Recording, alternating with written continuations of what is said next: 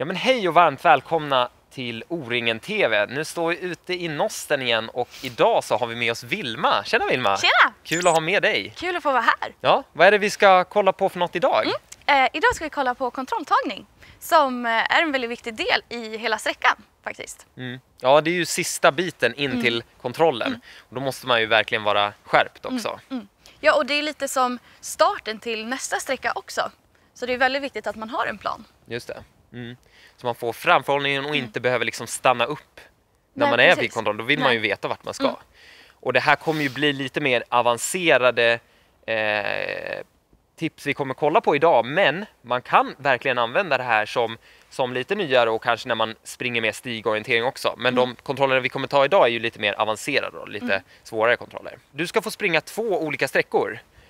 Där den ena sträckan har du inte alls fått kolla på kontrollen. Och den andra sträckan så har du fått läsa in verkligen och kan hela sista biten in då. Ska försöka illustrera lite hur det kan vara med en bra kontrolltagning och en dålig kontrolltagning. Precis, för då ser man ju det här hur viktigt det är när man har läst in att man har de här tydliga punkterna som man har bestämt sig för innan att man ska ha och kolla på. Just det. Ja, men då tycker jag vi drar iväg. Det gör vi! Ja.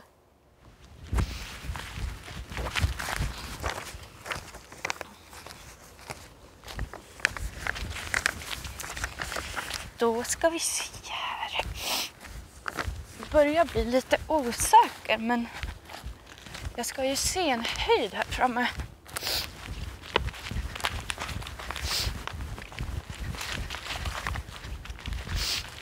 Kan det där vara höjden? Eller kanske det här är höjden?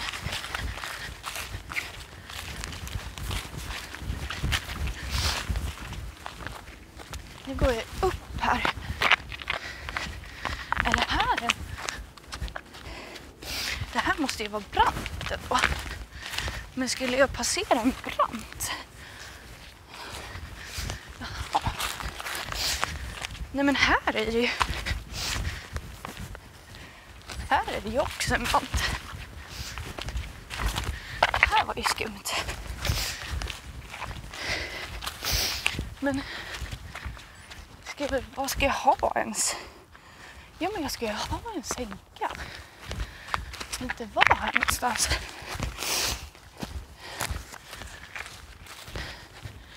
Ska väl vara här. Där! Grymt!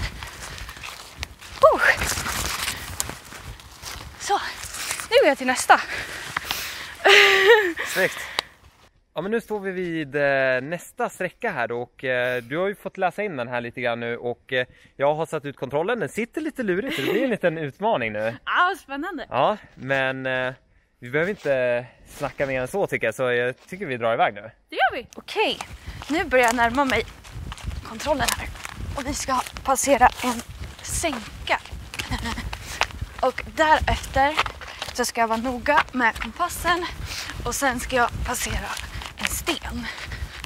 Jag ska se här.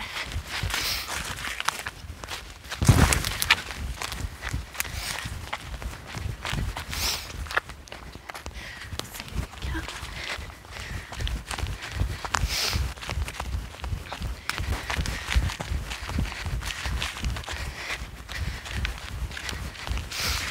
Där har vi stenen.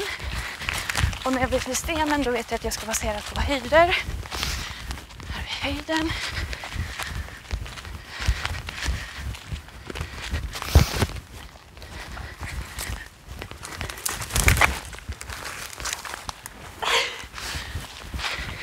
Okej, nu är det full fokus här.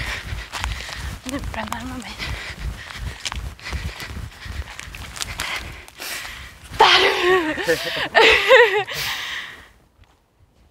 Ja, hur gick det där då, Vilma? Ja, men det var ju lite spännande. Ja, det kan man säga.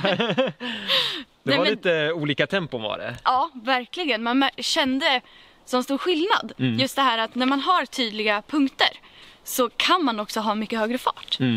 Och inte behöva stanna och läsa hela tiden. Verkligen. Och du gjorde en liten miss på den här första sträckan. Men det var ju inte sådär superstor miss. Men ändå så så blir det de där stora tidsdifferenserna. Så det är ju väldigt intressant. Det är ju verkligen, gör mycket när man verkligen kan hela vägen in och har en plan för att ta kontrollen. Ja, men det var väl vad vi hade för idag då. Så då får jag ju ta och tacka för att ni har varit med oss den här veckan.